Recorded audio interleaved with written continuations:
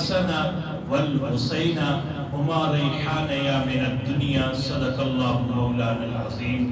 بھائیوں، دوستوں، بزرگوں، مختصر وقت ہے۔ آج 9 محرم الحرام 1447 ہجری بروز ہفتہ عصر کی نماز میں اور آپ بیٹھے ہیں۔ عصر کی نماز ادا کرنے کے بعد آپ کے استاد محترم، برادر محترم، میرے استاد حضرت مولانا مفتی ذیشان صاحب کی محبت بھری دعوت پر 2-4 باتیں کہنے کی سعادت نصیب ہو رہی ہے۔ کل کا دن یوم عاشور کا دن ہے، کل کا دن 10 محرم الحرام کا دن ہے، کل کا دن بڑی شان اور عظمت کا دن ہے۔ محرم الحرام کے یوم عاشور کی عظمت روز اول سے چلی آ رہی ہے۔ علماء نے لکھا حضرت آدم علیہ السلام کی توبہ جو قبول ہوئی دن 10 محرم کا تھا۔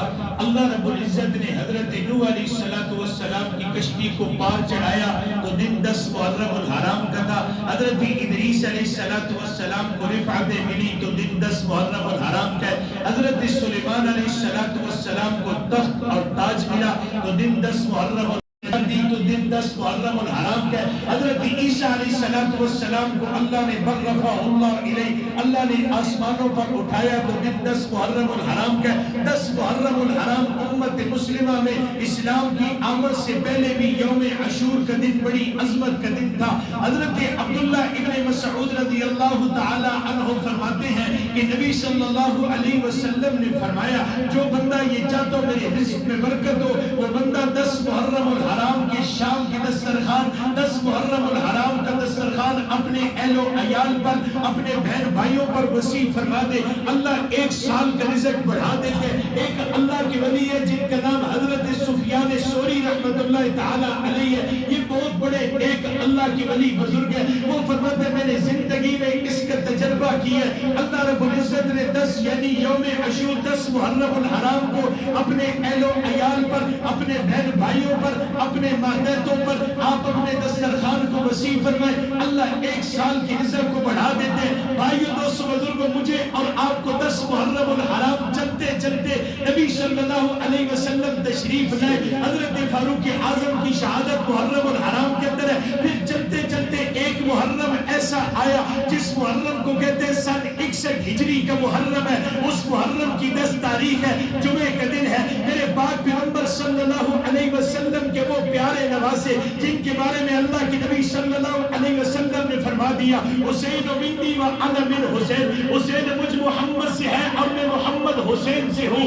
حسین مجھ سے ہے اور میں حسین سے ہوں۔ اور ایک حدیث میں فرمایا ان الحسن والحسین ہما ریحانیا من الدنیا، حسن اور حسین دنیا کے اندر میرے 2 پھول ہیں، پھولوں سے خوشبو مہکتی ہے۔ آج میں اور آپ 5-10 منٹ کے اندر حضرت حسین کی عظمت کو، جس حسین کی شان کو حسین بھی بتانا چاہیے اور وہ حسین بھی بتانا چاہیے جس حسین کو میرے آقا صلی اللہ علیہ وسلم نے فرمایا تھا ان الحسن والحسین، یہ دنیا کے اندر میرے 2 پھول ہیں، پھولوں سے خوشبو مہکتی ہے، پھولوں سے خوشبو چلتی ہے، پھولوں سے گلشن کی ساری بہار ہوتی ہے، گلشن کی ساری خوبصورتی، مالی کی ساری محنت پھول ہوا کرتی ہے۔ میرے آقا صلی اللہ علیہ وسلم کی دنیا کے اندر یہ پھول تھے۔ بھائیو دوستو بزرگوں، پھولوں کو مسلے والا، پھولوں کی پتیوں سے کھیلنے والا، پھولوں کو روندنے والا، وہ اچھا نہیں ہوتا برا ہوتا ہے، وہ نیک نہیں ہوتا وہ ظالم ہوتا ہے۔ ہم آج بھی کہتے جا رہے ہیں جس نے حسین کے پھول کو مسلا ہے، جس نے حسن کے پھول کو مسلا ہے، وہ کل بھی ظالم تھا، وہ آج بھی ظالم ہے اور وہ قیامت تک بھی سارے بولو قیامت تک بھی ظالم رہے گا۔ بھائیو دوستو بزرگوں، اس سے آگے چلے، جب پھولوں کو نچوڑا جائے، پھول نہ رہے دنیا میں، لیکن سچی بات بتائیں پھولوں کی خوشبو چلتی ہے یا نہیں؟ بولو بولو، پھولوں کی خوشبو، اور خوشبو اپنا سفر خود کسی نے کہا تھا خوشبو وہ نہیں ہے جس کا تعارف کروایا جائے، خوشبو وہ ہے جو اپنا تعارف خود کروائے۔ خوشبو جب کھولیے تو خوشبو ہر اچھے دماغ کو معطر کرتی ہے، ہر نیک سیرت کو معطر کرتی ہے۔ کچھ بڑے اچھے ہوتے ہیں لیکن وہ اندر سے بڑے خباثت سے بھرے ہوئے، اندر سے سیاہ ہوتے ہیں، اندر سے ان کی منافقت ٹپک رہی ہوتی ہے اور اچھے ہوتے ہیں، لیکن میرے آقا صلی اللہ علیہ وسلم نے فرمایا صاف دماغوں صاف دلوں کے لیے خوشبو زینت ہے، خوشبو میری سنت ہے، خوشبو اچھے لوگوں کو پسند ہے، خوشبو نیک طبیعتوں کو اچھی لگتی ہے۔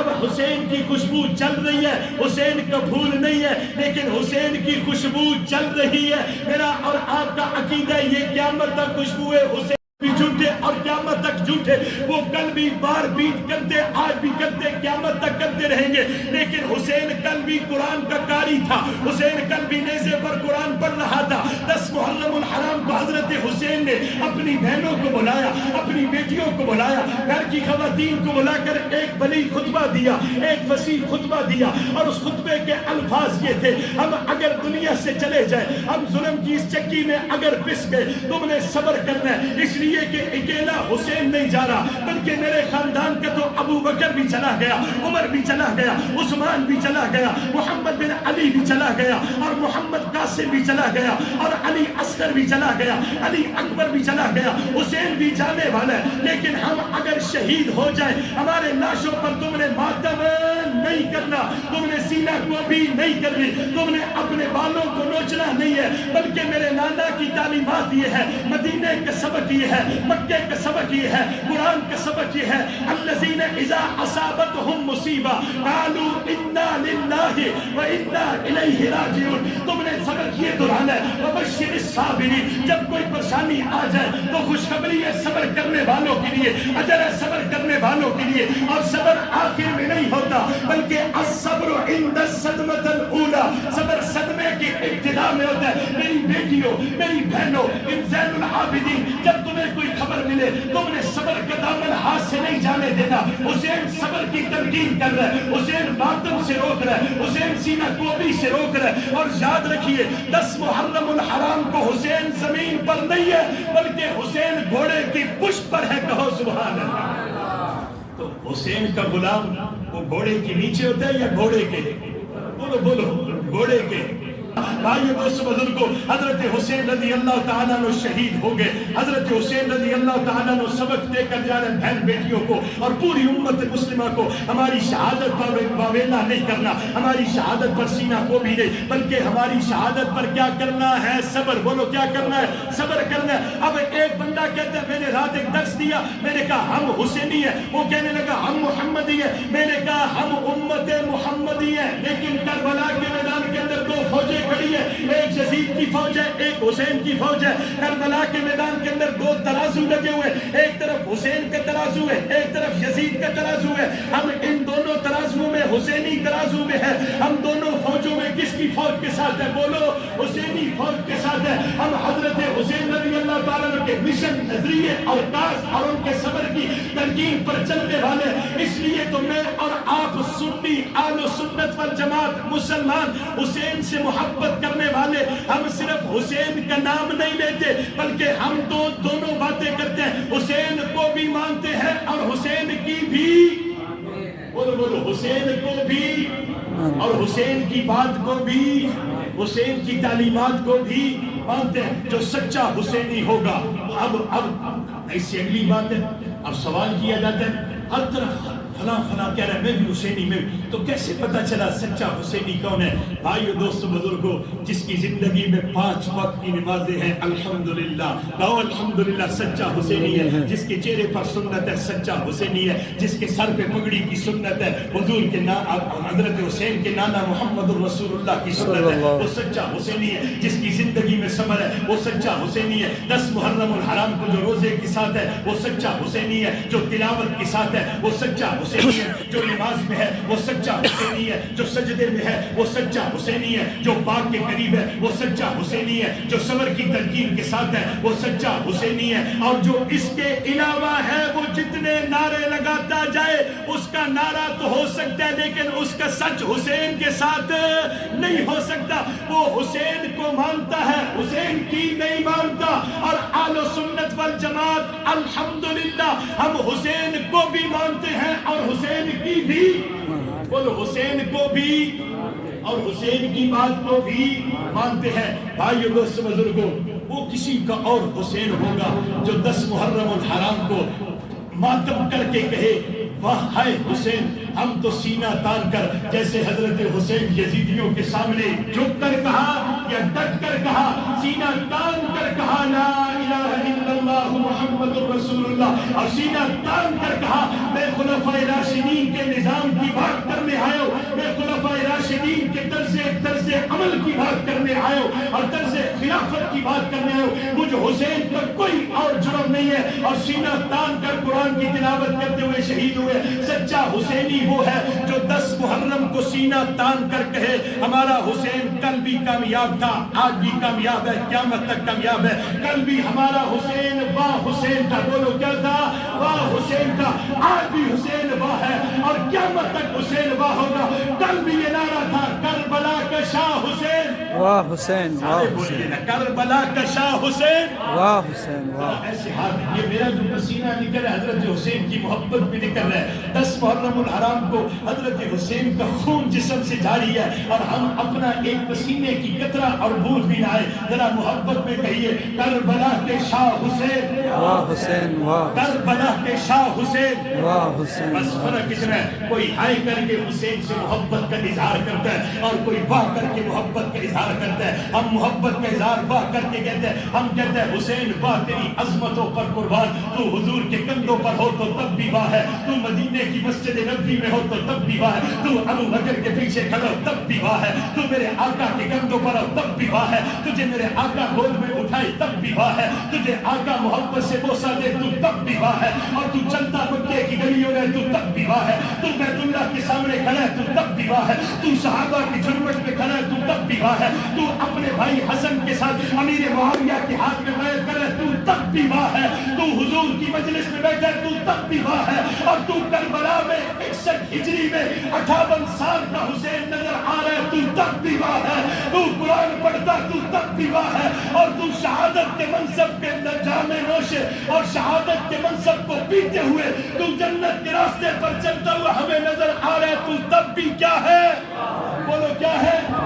اس لیے ساری وہ کسی نے کہا مقدی مکائیے کربلا کا شاہ حسین، واہ حسین، واہ حسین، ہائے حسین والوں کے حسین کوئی اور ہوں گے، ہمارے واہ حسین ہے، ہمارا حسین کامیاب ہے، اور جو بھی حسینی مشن پر ہوگا، جو بھی حسینی کاز پر ہوگا، جو بھی خلفائے راشدین کی نظام کی بات اور خلافت راشدہ کی بات کرنے والا ہوگا وہ حسین کا سچا سچا غلام ہوگا۔ اللہ کی قسم اٹھا کر کہتے ہیں جیسے حسین کامیاب، حسین جیسا پھر کوئی اور نہیں، بولو حسین جیسا کوئی اور نہیں، قیامت تک کوئی اور نہیں، ایسا مظلوم کوئی اور نہیں، لیکن حسین جنتی ہے، غلام حسین بھی بولو غلام حسین بھی جنتی ہے۔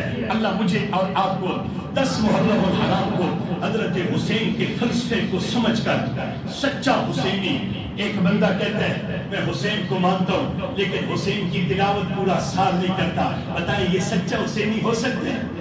بولو یہ سچا حسینی ہو سکتا ہے؟ حضرت حسین نے اپنی زندگی کی پوچھیے، حضرت مفتی صاحب بیٹھے، حضرت مفتی ذیشان علی صاحب، ان سے پوچھیے حضرت حسین کی کربلا کے میدان میں اپنے چھوٹے سے بچے علی اصغر، سجاد، قاسم، علی اکبر، ان چھوٹے چھوٹے 6 ماہ کے بچوں کے جنازے بھی اٹھا کر ایک فرض نماز حضرت حسین کی قضا نہیں ہے، تو حضرت حسین کے غلام بھی آج کے بعد اس کی نماز بھی قضا نہیں ہونی چاہیے۔ حسین دم رب کا بھرتے گئے، حسین نام اللہ کا لیتے گئے، حسین محمد الرسول اللہ کی محبت کا اظہار کرتے گئے، اور حسین خلفائے راشدین کی بات کرتے گئے۔ ہم اسی طرح بات کرتے کرتے حسین مظلوم کے ساتھی بن کر جیسے حسین جنت میں ہے انشاءاللہ غلام حسین بھی جنت میں ہوں گے۔ اللہ توفیق عطا فرما دے۔ آپ احباب کو کل چونکہ چھٹی بھی ہے اور اگر موقع بھی ہو سفر بھی نہ ہو تو سنت اور نفلی، حضرت ایک صحابی رسول ہے وہ فرماتے ہیں جب رمضان کے روزے فرض نہیں ہوئے تھے تو نبی صلی اللہ علیہ وسلم عاشوراء کے روزے کی تاکید فرماتے ہیں۔ آقا صلی اللہ علیہ وسلم مدینہ منورہ کے اندر گئے، یہودیوں نے روزہ رکھا ہوا ہے، پوچھا کیوں روزہ رکھے؟ فرمایا اس دن روزہ ہم اس لیے رکھتے ہیں کہ اللہ نے حضرت موسیٰ اور بنی اسرائیل کو فرعونیوں کی ظلم سے نجات دی ہے، میرے آقا کی محبت کی۔ فرمایا تم حضرت موسیٰ سے محبت کرتے ہو؟ فرمایا اس محبت میں روزہ رکھتے ہیں۔ فرمایا موسیٰ تم سے زیادہ میرے قریبی بھائی ہیں، میں اس محبت کی وجہ سے اگر آئندہ سال ہوا